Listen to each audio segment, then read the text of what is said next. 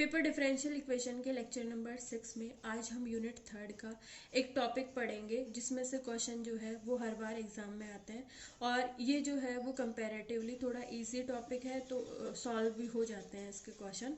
तो युगपत अवकल समीकरण क्या होती है? ऐसी समीकरण युगपत अवकल समीकरण होती है, इसमें एक से ज्यादा समीकरण होती है। कितनी होगी? जैसे इस वाले केस में देखिए, इंडिपेंडेंट वेरिएबल एक है टी और डिपेंडेंट वेरिएबल जितने हैं, जैसे यहाँ पे दो है एक्स और वाई, दोनों किसके फंक्शन है? टी के। तो जितने आपके डिपेंडेंट वेरिएबल है उतनी आपको समीकरण दी हुई होगी। ऐसी वाली समीकरण को हम कहते हैं युगपत अवकल समीकरण। और अगर इनके गुणांक अचर है तो इनको अपन कहेंगे अचर गुणांकों वाली रेखिक अवकल समीकरण युगपत वाली। तो इसमें क्या होता है, एक इंडिपेंडेंट वेरिएबल होता है और जितने उस पर डिपेंडेंट वेरिएबल होता है, अपनी जो बुक है उसमें दो ही डिपेंडेंट वेरिएबल दिए हुए होते हैं। तो एक इंडिपेंडेंट वेरिएबल होगा, दो उस पर डिपेंडेंट वेरिएबल होंगे और आपको दो ही समीकरण दी हुई होगी। तो उनको सॉल्व कैसे करते हैं, इसको करने के लिए जो है वो जो मेथड है वो हम इस एग्जाम्पल के थ्रू समझेंगे।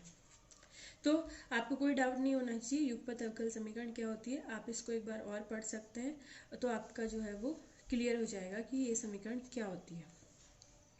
हमें यहाँ पे दिया हुआ है dx ओवर dt, दो इक्वेशन दी हुई है। इसका मतलब हमारे पास डिपेंडेंट वेरिएबल दो ही होंगे। क्या दे रखा है? dx over dt minus 7x plus Y is equals to 0, पहले इक्वेशन। दूसरी इक्वेशन दे रखी है dy over dt minus 2x minus 5y is equals to 0। दोनों का डिफरेंशिएशन टी के रिस्पेक्ट में है। इसका मतलब टी जो है वो स्वतंत्र चर है, एक्स और वाई परतंत्र चर है। दो परतंत्र चर है, दो ही इक्वेशन दी हुई है, तो ये कैसी हो गई? युगपत अवकल समीकरण। तो इनको सॉल्व करने का क्या मेथड है? बहुत ही बहुत ज़्यादा टफ नहीं पड़ेगा अगर आप इसको थोड़ा ध्यान से देखेंगे। तो आपको दो इक्वेशन दी हुई है, दोनों को कैपिटल डी के फॉर्म में लिख लीजिए। तो ये क्या हो जाएगा? Capital D X minus 7x plus Y, दोनों में से मैंने x बाहर ले लिया तो क्या हो जाएगा? कैपिटल डी माइनस 7x पे ऑपरेट होगा plus y is equals to 0। यहाँ पे ये क्या हो जाएगा? कैपिटल डी वाई और यहाँ पे माइनस 5y है, इन दोनों में से मैंने y बाहर ले लिया तो क्या हो जाएगा? कैपिटल डी माइनस 5y और माइनस 2x को मैंने बाद में लिख लिया तो इक्वल 0। अब आपके पास दो इक्वेशन, ये वाली इनको जो है हमने कैपिटल डी के फॉर्म में लिख लिया। अब यहाँ से मुझे जैसे इन दोनों इक्वेशन में से x को हटाना है, तो विलोपन या प्रतिस्थापन वाली विधि में अपन क्या करते हैं, अगर मुझे x को हटाना है तो मैं जो दो इक्वेशन नंबर 2 है उसको d-7 से मल्टीप्लाई करूंगी। ऑपरेटर है तो अपन ये कहते हैं कि इक्वेशन 2 को d-7 वाले ऑपरेटर से इसकी संक्रिया करवाएंगे और ऊपर वाली इक्वेशन को किससे मल्टीप्लाई करेंगे? 2 से, और दोनों को ऐड कर देंगे क्योंकि साइन जो है दोनों का अलग अलग है।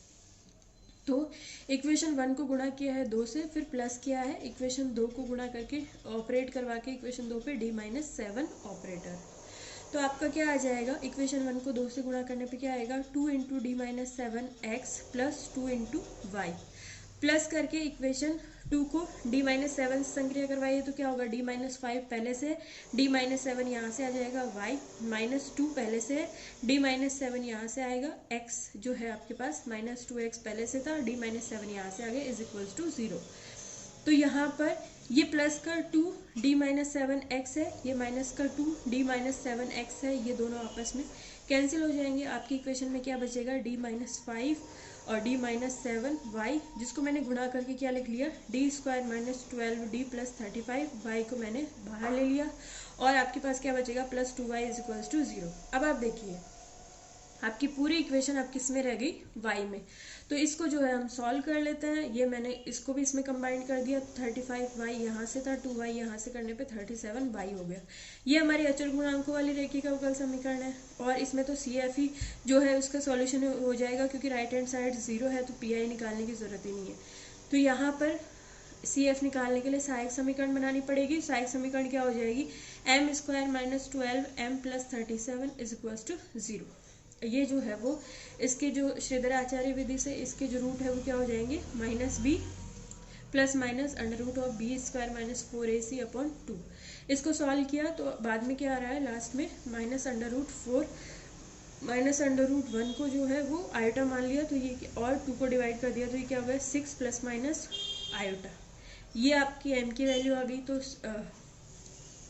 इस वाले केस में जो सी एफ है, सी एफ क्या हो जाएगा, ई की power 6t c1 cos of t plus c2 sine of t। ये सी एफ निकालने के चैप्टर 3 में मेथड बता रखे हैं।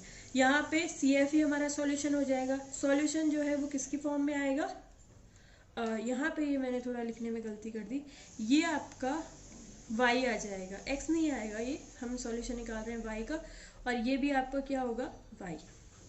तो y इज इक्वल टू क्या हो जाएगा, e की power 6t c1 cos of t plus c2 sin t। अब हमें जो है क्या निकालना है, x। तो x निकालने के लिए मैंने कौन सी इक्वेशन यूज की है, 7 वाली। ये 7 वाली मैंने यूज की है, तो यहाँ पर मुझे ये वाली यूज करेंगे अपन, तो ये क्या हो जाएगी। तो यहाँ पर हमने जो है इस वाली इक्वेशन को, ये जो अचर गुणांकों वाली रेखिक अवकल समीकरण है, इसको सॉल्व करके y की वैल्यू निकाल ली, जो कि आपके इसके इक्वल आई है। मैंने यहाँ पे गलती से x लिख दिया था। ये y की वैल्यू होगी किसकी फॉर्म में होगी, t की फॉर्म में, क्योंकि स्वतंत्र चर क्या है, t है। यहाँ से dy बाई dt निकाल लेंगे। पहले e की पावर 60 का करेंगे तो 6 e की पावर 60 आ जाएगा, ये एज इट इज रहेगा। अगले वाले में e की पावर 60 एज इट इज रहेगा। इसका करेंगे तो क्या होगा, minus c1 as it is cos का minus sine t plus c2 as it is sine t का कॉस टी। अब जो है हम y और dy ओवर dt की वैल्यू हम इस वाली इक्वेशन में पुट कर देंगे। यहाँ से हमें x की वैल्यू मिल जाएगी। तो यहाँ पे देखिए मुझे यहाँ पे पुट करनी है dy बाई dt और -5 करके y की वैल्यू पुट करनी है, -2x इसमें एज इट इज रहेगा। तो ये हमारी इक्वेशन है, इसको मैंने पहले लिख लिया यहाँ पे, ये हमारी सेकंड नंबर की इक्वेशन थी। ये इसमें मैंने पहले dy बाई dt की वैल्यू निकाली, रख दी। ये वाली दोनों टर्म्स जो है वो dy बाई dt की वैल्यू है। आगे जो है -2x एज इट इज है, -5 करके y की वैल्यू क्या आई थी, e की power 60 c1 cos of t plus c2 sine of t put कर दी और इक्वल 0। अब यहाँ पर -2x को इक्वेशन के दूसरी तरफ ले जाते हैं, ये प्लस का 2x हो जाएगा, और इक्वेशन के इधर जो है उनको सॉल्व कर लेते हैं। तो ये देखिए e की power 60 c1 cos of t c2 sin t और e की power 60 c1 cos of t c2 sin t, इसको कॉमन लेंगे तो क्या आएगा, 6 - 5 कितना बचेगा, 1। तो 1 टाइम e की power 60 c1 cos of t c2 sin t, ये इन दोनों को सॉल्व करने से आ गया। बची ये वाली टर्म e की power 60 minus c1 sin of t c2 cos of t, ये जो है मैंने यहाँ पे एज इट इज लिख दी। 2x को इक्वेशन के उधर ले गए तो ये माइनस से क्या हो गया, प्लस। x की वैल्यू फाइंड आउट करनी है तो 2 को पूरी इक्वेशन में डिवाइड कर देते हैं। e की पावर 60 दोनों टर्म में कॉमन था, मैंने बाहर ले लिया। इन दोनों टर्म में से cos ऑफ t अगर बाहर लेते हैं तो क्या आएगा, c1 प्लस c2, और इस 2 से डिवाइड किया था तो c1 प्लस c2 बटे 2। यहाँ पे ये प्लस का साइन है। फिर इन दोनों टर्म में से साइन t जो है वो बाहर ले लेंगे तो क्या आएगा, c2 माइनस c1, और जो 2 से डिवाइड किया था तो c2 माइनस c1 अपॉन 2। तो ये आपके x की वैल्यू हो जाएगी। और यहाँ पे एक चीज़ आपको ध्यान देने लायक है, जो आपके कांस्टेंट c1 c2 y में थे वही आपके कांस्टेंट c1 c2 यहाँ पे x में भी रहेंगे। और पहली बात तो आपको ये ध्यान देने लायक है। दूसरी बात ये है, बुक में जो है जैसे हमने अभी जो किया उसमें हमने x को एलिमिनेट कर दिया और y की इक्वेशन पहले निकाली थी।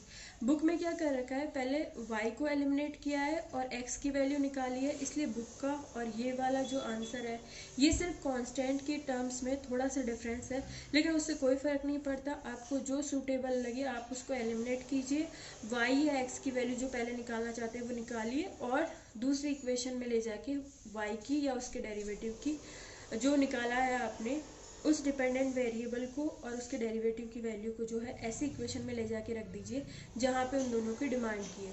जैसे हमने यहाँ पे y निकाला था तो इसमें पुट कर दिया x फाइंड आउट करने के लिए। अगर हम यहाँ पे x निकालते तो हमें y हमारे पास x अगर निकाल रखा होता तो x dx अपॉन x और x के पहले ऑर्डर के डेरिवेटिव की वैल्यू हमें पता होती तो हम उसकी वैल्यू यहाँ पर पुट करते y की वैल्यू फाइंड आउट करने के लिए। तो आपको एक बात तो ये ध्यान में रखनी है कि x और y में कांस्टेंट जो है वो सेम होने चाहिए, बाकी उनमें जो है वो अगर इस तरह का रिलेशन होता है तो उससे कोई फ़र्क नहीं पड़ता। जैसे अपना कांस्टेंट यहाँ पे C1 plus C2/2, C2 minus C1/2 आ रहा है, इससे कोई फ़र्क नहीं पड़ता। ये आपका जो है वो एकदम सही सॉल्यूशन माना जाएगा। दूसरी बात ये, एक क्वेश्चन आपके माइंड में आ रहा होगा कि जैसे हमने इन दोनों इक्वेशंस में से x को एलिमिनेट करके y निकाल दिया, वैसे ही हम y को एलिमिनेट करके x भी निकाल सकते हैं। लेकिन उससे होता ये है कि यहाँ पे आपने कांस्टेंट C1 C2 माने, उसमें जब आप एलिमिनेट करके x को भी इसी तरह निकालोगे तो नए कांस्टेंट को C3 C4 मानोगे तो आपके पास 4 कांस्टेंट हो जाएंगे। तो यहाँ पे हमारे पास 2 कांस्टेंट ही रहेंगे, 2 इक्वेशन है, 2 ही कांस्टेंट रहेंगे।